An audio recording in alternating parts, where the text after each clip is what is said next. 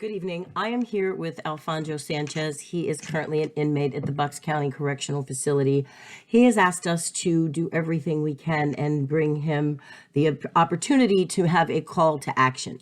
He believes and has stated that he is wrongfully incarcerated for a case that happened in 2007. This was a double homicide in Warminster, Pennsylvania. So I'd like to ask Mr. Sanchez to please tell us a little bit about the night in question.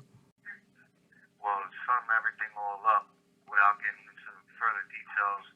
And, you can check everything out. And what I say is public record, and my story has never changed since day one. I just got caught up in the wrong situation at the wrong time. I took somebody over to a place thinking that we were there for a totally different reason. The one kid, Steve Miranda, he decided to, pull a gun out on people and just start shooting. I ran, as well as everybody else ran after that. Okay. I understand that you don't want to give out too many details pre-trial, but can you tell us why you were there in the first place? To go over there, smoke weed, and hang out. Okay, so you were a kid. You made a dumb mistake. Right. Absolutely. So you were convicted of double homicide and sentenced and placed on death row. Since that time, you have won the right to a retrial. I understand that there is evidence now in your possession that was either not presented at your original court case or not available then. Can you explain to us what evidence and how it came that you got a new trial?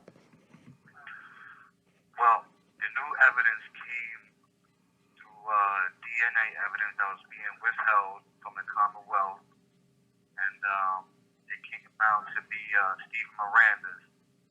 And also there was the police statement of the star witness, Jessica Carmona, who stated that Stephen was the one, in fact, who pulled out the gun and was firing. And then later changed stories to me. However, we have that evidence now. And there's also more evidence that is attached to everything that can, back everything up as far as being evidence-wise and showing that Stephen was the actual shooter. So let me ask you a very direct question. What did you see that night?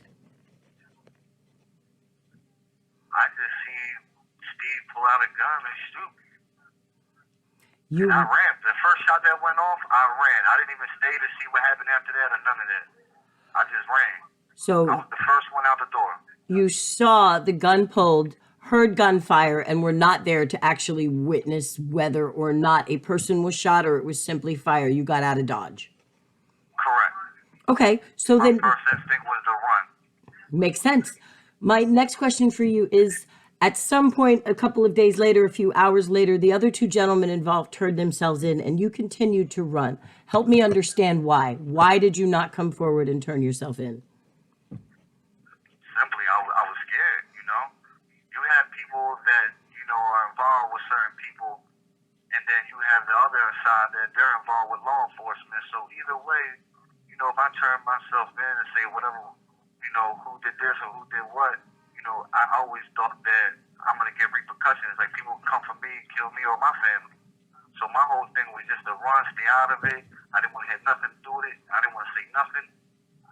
It's just, I was scared, In retrospect, how do you feel about the decision not to turn yourself in or to go on the run?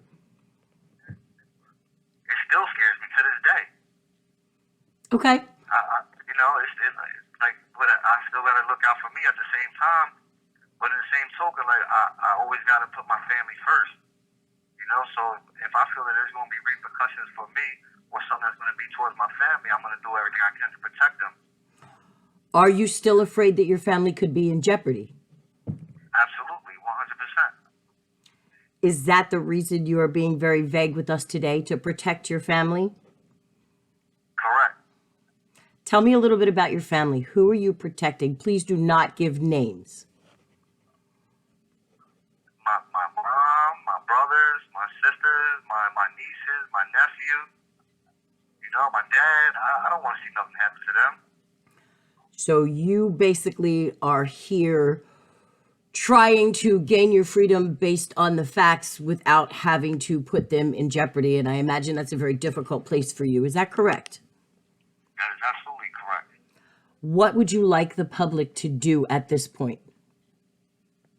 Just look at the facts of the case, the evidence, and you can clearly see that I had nothing to do with this.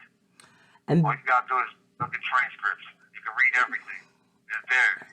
that would be the facts and information you had turned over to me, the police report, the DNA report, the affidavit from the first responding officer.